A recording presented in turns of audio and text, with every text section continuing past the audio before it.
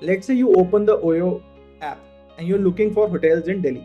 You type Delhi in the hotel bar. There are 250 hotels which come up because that's the number of Oyo hotels that are available in Delhi. Now, as a person, as a customer, are you expected to go through the list of 250 hotels? How will you decide from those 250 hotels? How will you know what is suitable for me?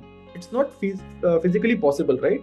Now, the challenge with Oyo was the more time a customer spends going through that list of hotels, the data points that the chances of them dropping off are very high, right? And because there is a vast selection of Oyo hotels on the app, I don't know as a user which is more suitable for me. And as Oyo, I don't want to my customer to book the wrong hotel and then have a bad experience, right? Now, what is the impact of this? If I present the right list of hotels to the user, the chances of them selecting and eventually booking a right hotel is higher.